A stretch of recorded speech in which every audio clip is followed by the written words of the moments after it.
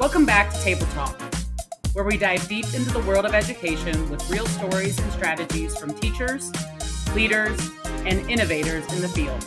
I'm your host, Wendi Moorman, and today we're focusing on a topic that's gaining a lot of traction in classrooms, co-teaching, specifically in elementary and middle school math. Co-teaching offers a unique opportunity for teachers to collaborate, support each other, and meet the diverse needs of their students. Today, I'm joined by Jeanna Heitkamp and Brenda Rodeheffer, both experienced co-teachers in math, who will share their insights, challenges, and successes in this dynamic teaching model. Thank you both for joining me. Before we begin, could you each tell us a little bit about your background in education? Hi there. Thank you for having us today. We're excited to be here.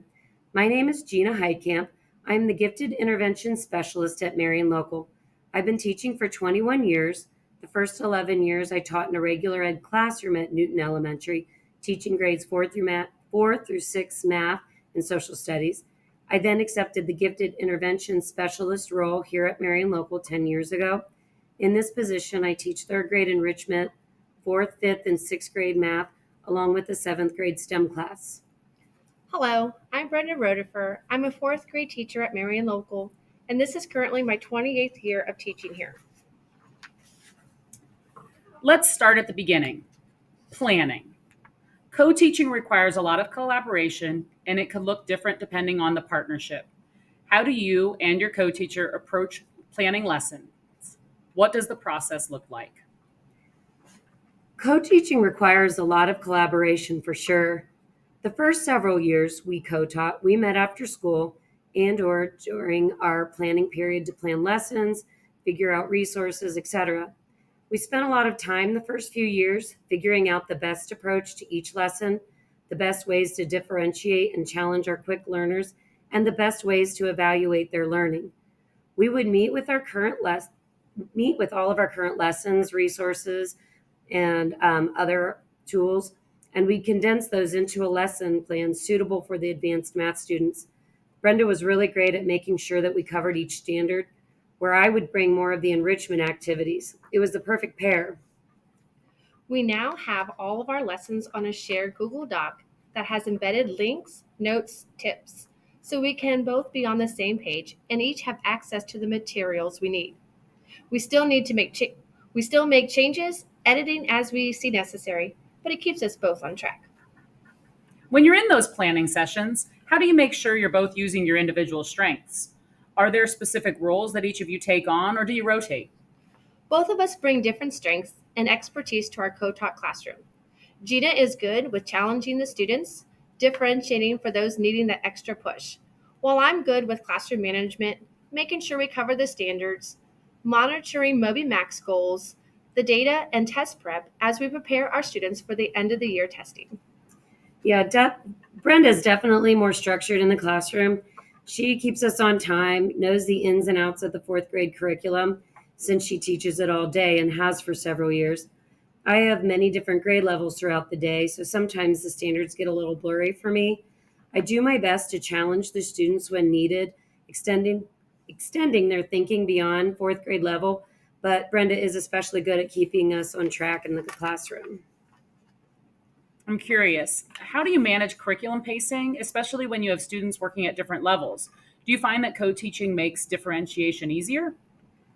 When designing our lessons, we focused on the standards and making sure we were differentiating for these advanced learners with both of our resources and evaluation methods. We also follow a curriculum map that ensures the students are prepared as they advance into my gifted fifth and sixth grade math classes, and it also prepares the students who will move into the regular math class. Co-teaching definitely makes differentiation so much easier. When we first began, we were nervous about having two teachers in the classroom. We weren't sure what each of our roles would be, the style of teaching we'd need to adopt, and so on. The first year was a huge learning curve for us, but now that we're in our fourth year co-teaching together, I feel like it runs like a well-oiled machine. Has your planning style changed over time as you've become more comfortable with co-teaching? If so, how? Our planning style has sort of evolved over the years.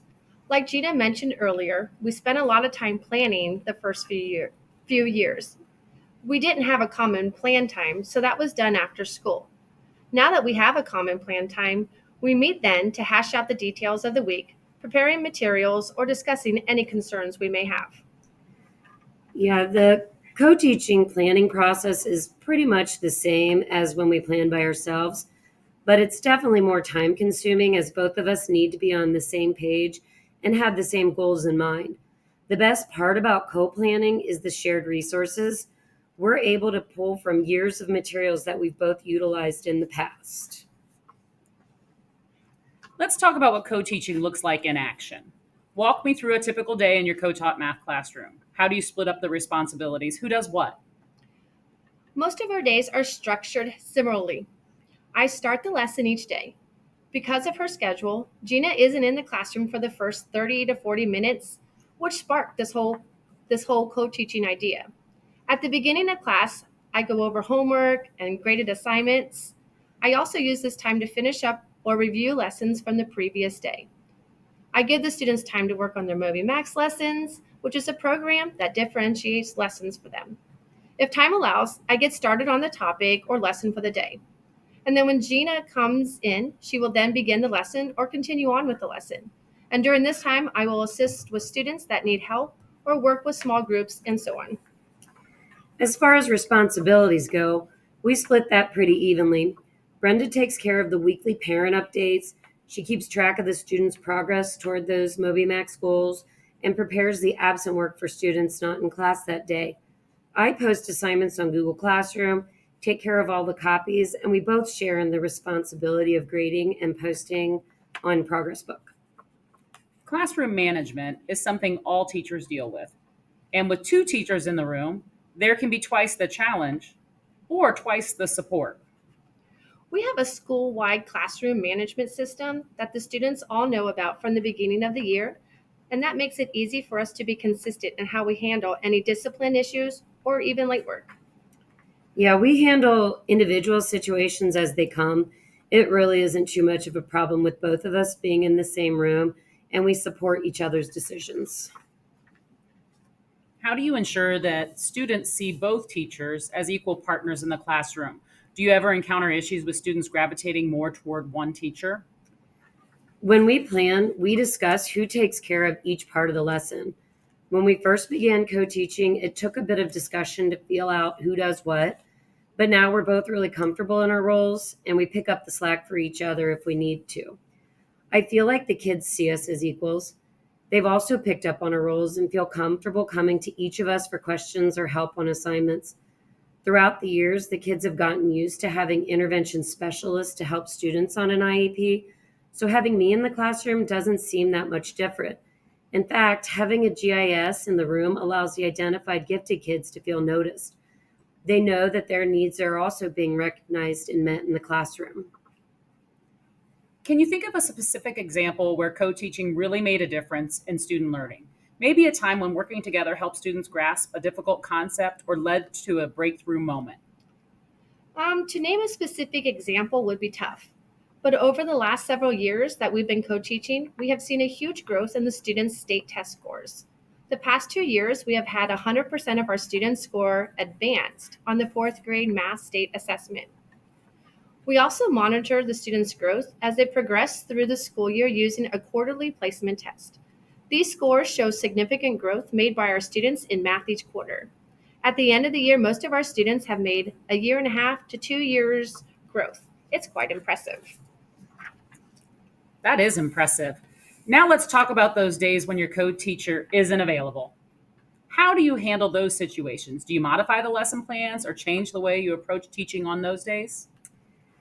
Well, Brenda isn't out much. I'm the one that's out more because of other classes, meetings, and so on. Brenda does a great job with just moving on and picking up my role. We plan ahead for these times and adjust accordingly. If Brenda is out, she does get a sub and they're in the room, and I just continue with the lesson when I get down there. And what about the other classes you teach solo? How do you balance the time needed to plan for those while managing the demands of co teaching? As we mentioned, we now meet weekly during our common plan time. For me, my solo planning is done on the other days during my plan time or before or after school. Yeah, like Brenda, I just make sure that I plan for the other classes that I teach on the other days or, yeah, before or after school. There are many co-teaching models like team teaching, parallel teaching, and station teaching. Which models do you find work best in your math classroom and why? We use a mix of co teaching and team teaching model styles. We probably use the one teach, one assist style most often, where one of us is leading the class discussion and the other is walking around helping students as needed.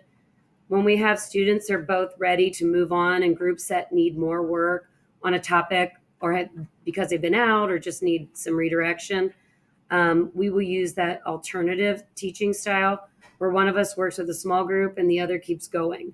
Occasionally, we implement parallel teaching in our lessons where both teachers teach, but we found that to be confusing to our students when both are trying to lead the discussion in two different areas of the classroom. Differentiation is key in math, especially when you're working with students at varying levels of understanding. How do you and your co-teacher tailor instruction to meet the needs of all learners, including gifted students and those who need more support? Being in a co-taught classroom makes it easier to meet the needs of all learners. We're able to work in small groups or one-on-one with the students that need additional support.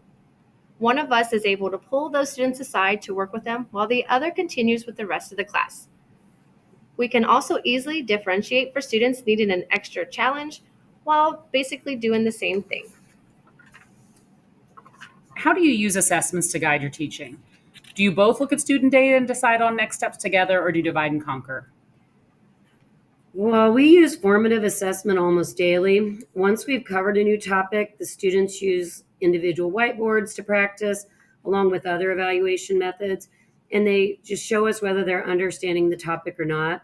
This has allowed us to intervene if necessary, but we are also very data driven with our instruction.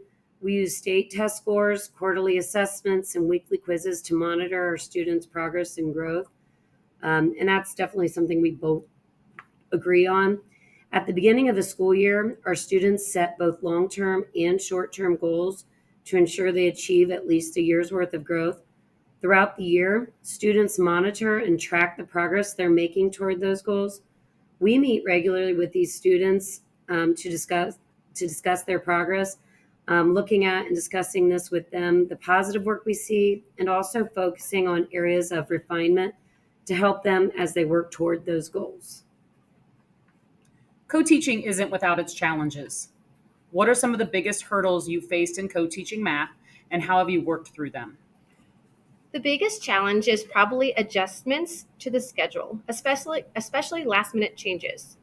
When there is a last minute change, I either call or email Jeanna to let her know about a change, and we work together to accommodate the change. Another challenge that we face is planning and making sure that we are both on the same page. It has really helped having a common plan time and utilizing Google Docs for our plans and resources.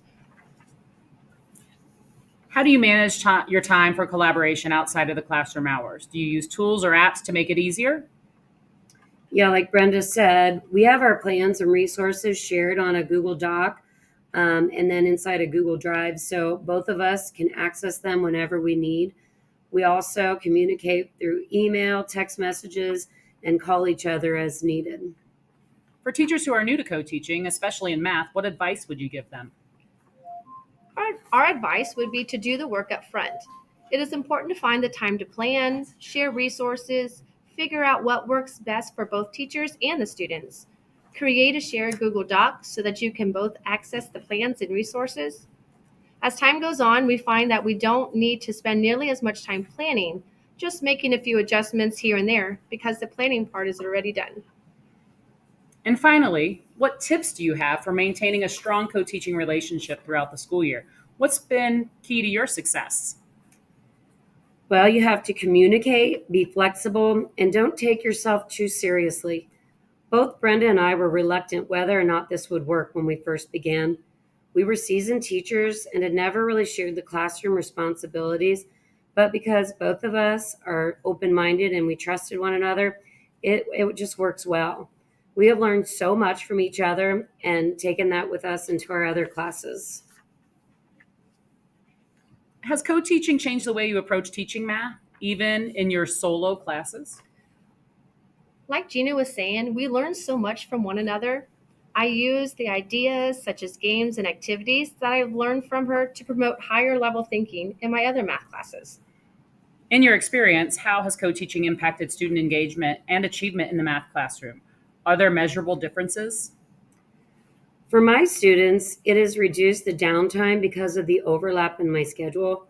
Before we co-taught, my students would go to Brenda's room for a bit to work on computer work. But if they had questions, she wouldn't necessarily be available to help because she was in the middle of class with her own math students. Now, these kids are able to just be a part of the advanced class with the other students, and it flows so much better. As we said earlier, our students have made at least 2 years worth of growth for the past 2 years. Looking to the future, where do you see co-teaching evolving? Do you think it will continue to shape math instruction? I would like to see co teaching happen more and more in our district. I like to think we provided a pretty good example of how our students can thrive in this type of classroom structure. If it were possible to have co-taught math classes throughout the district, I'm confident we'd see the same level of growth and success in each of our students. This has been such a great conversation. Thank you both so much for sharing your experiences with co-teaching in the math classroom.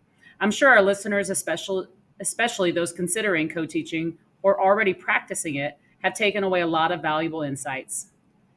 Thanks for having us. Yes, thank you. It's been fun chatting about what we do. To all our listeners, if you've enjoyed today's episode, don't forget to subscribe, share, and leave a review. Until next time, keep innovating, collaborating, and making an impact in the classroom. This is Wendi Moorman signing off.